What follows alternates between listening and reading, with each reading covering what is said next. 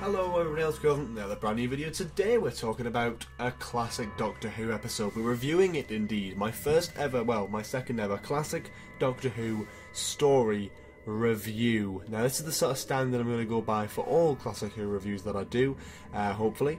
I'm hoping to see more in the future, but I'm going by my own personal rule that I will only watch it when I own the DVD of it, because then I feel like I can have a little collection of the ones that I know I've watched, opposed to trying to guess and remember. So I do aim to see as many as possible. So this is my first proper full story that I've watched, not surprising to a lot of you, and could annoy some people, but I've got the passion and I want to explore classic Who, so I'm very interested in that. And I thought, you know, I saw this on eBay quite cheap. I thought, I'll get that, and I thought, oh, it's a classic story as well, isn't it? So today we're reviewing the Dalek invasion of Earth.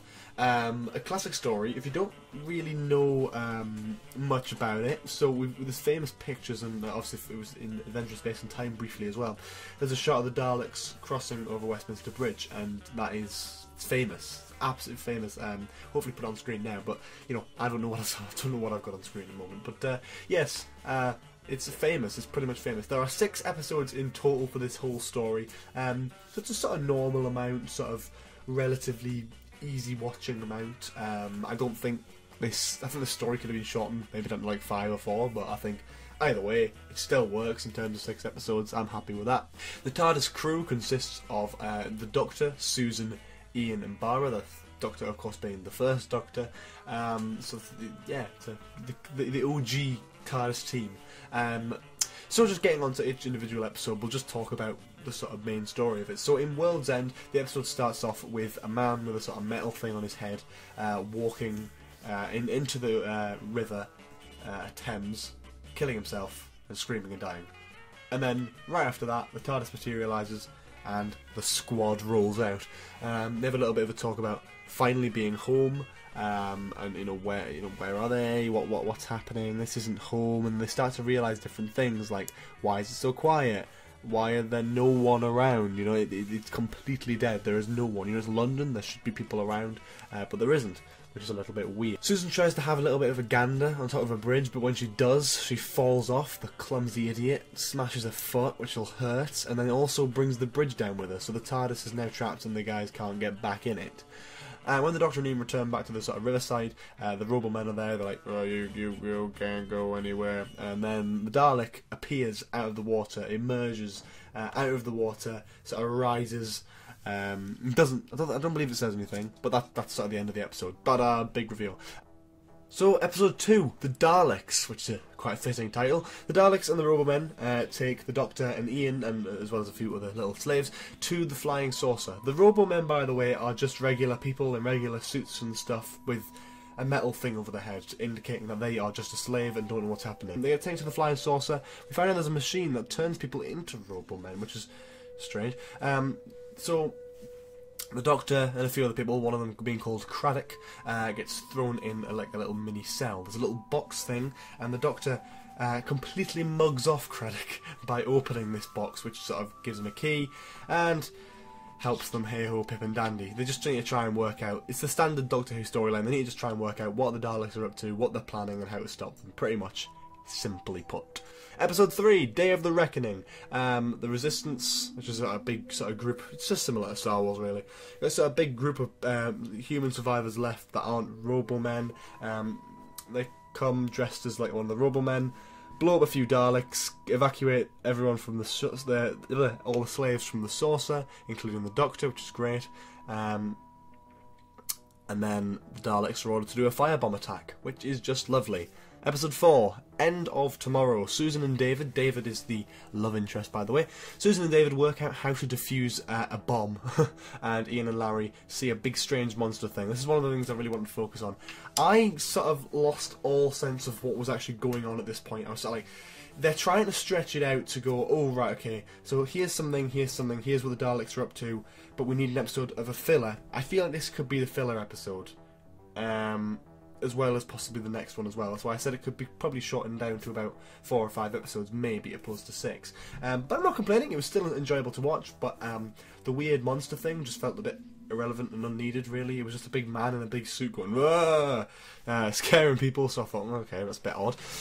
But yes, moving on to episode 5, The Waking Alley. David and Susan have a little bit of a moment. They kiss, and it's established that they've fallen in love. Oh, how cute. Susan also talks about how she always wants to, like, escape and never wants to, you know, she keeps moving around and she's only doing it because of the doctor and all that sort of thing, and she wants to escape, she doesn't want to do it anymore, which is all lovely. Everyone else explores the sewers, underneath the sort of Dalek main high command thing, which is like on the side of a cliff, and then Ian hides inside a Dalek bomb because he's a genius. And the final episode, Flashpoint, one of my favourite ones here. Ian, the hacker man, manages to get out of the situation. The bomb starts to get lowered into the ground, and he stops it from lowering, and then they start pulling him back up, and he just dies at the bottom. What a legend. What a legend. Barbara and Jenny, Jenny's one of the Resistance members, they find themselves in a Dalek control room. They're trying to work out how the command works while Barbara bluffs the Daleks, talking about some sort of weird plan that isn't going to happen. They work out which controls which, but as they do, the Daleks lock them up by the necks at a very conveniently heighted wall before the Doctor marches in and saves them. And then there's a cool shot, which I really, really like, I'd love to talk about, is one of the Daleks' sort of POV views, just a circular image of the First Doctor standing there, sort of holding his jacket, looking at them like, oh yes, you know it's coming. That's a lot of fun, I quite like that. Yeah, the Doctor just speaks into a sort of speaker grill that they found out actually controls the Robo-Men. What I found was a bit interesting was Barbara's impression of a Dalek, where she just sort of tapped her mouth going, "You want to do something like this?" Which was certainly entertaining to watch, but then the Doctor just going, No, just kill them, just revolt the Daleks. And then they did, and they went and revolted the Daleks, and it was lots of fun. So all the Robo-Men kicked off and were like, oh, okay, I'm part of the Resistance now. So every human just picked up. I mean, the Daleks were like cardboard. They got picked up so easily and thrown about and destroyed and exploded and everything. They don't even care anymore. It's all fun and games. Just destroy the Daleks. They're all dead. Doesn't matter. The idea of the Daleks taking over Earth was actually, because I didn't actually mention this, they were mining down to the Earth's sort of core. They were going to stick a bomb in it, blow it up, and then they could put something in the core that would help them fly the planet. Yeah, fly the planet into like battle or something. Kind of like what the Master was saying in Journey's End, like sort of turning the planet into a warship. Which is sort of an interesting concept, but still, yeah, the Daleks didn't succeed. Woohoo! And you probably know about the famous scene at the end. So Susan says to David, I'm sorry, but I'm going to have to go because, you know, the Doctor needs me and all that sort of thing. But the Doctor hears it. He walks in his TARDIS and he locks the door. And you know that famous speech right at the end that you all know, one day I shall come back. Yeah, and he does that sort of whole speech. You all know about that. And then he leaves Susan with David to have a normal life in the 22nd century, which is just lovely. I think it's a nice ending for her. But yeah, that's pretty much that for the story. In terms of characters, the Doctor I love. I just fall in love with William Hartnell's Doctor straight away. He's just got so much screen presence that he just brings it in all the way. He's sort of a normal person, and then the second he's sort of like showing up to someone, like the Dalek first appears, then he becomes his classic William Hartnell sort of he's just talking down the Dalek, and it's just great. It's just a lot of fun to watch. Every time William Hartnell's on screen, I find myself captivated to it. Whereas when like the humans and all that, the Resistance, whatever, I'm just like sort of, anything could be happening at this point. Whereas when William Hartnell's on screen, he's always got the screen presence. He's always got my attention, and that's what you want for a Doctor. Ian is just a bit of a laugh, isn't he? He's a bit of fun. I always like Ian after the Doctor Who poop with the Unearthly Child. But yeah, I like Ian. He's great. He's a fun character. There's not really much, too much to him, but he's certainly a good member of the TARDIS team. And I'm certainly looking forward to seeing hopefully more of him.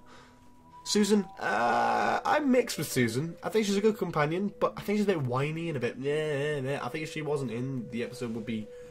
You know, it could have been a lot shorter, first of all, but I feel like, I don't know, I just wasn't entirely happy with what she was like. I was a little bit disappointed when I saw Susan, really, to be quite honest.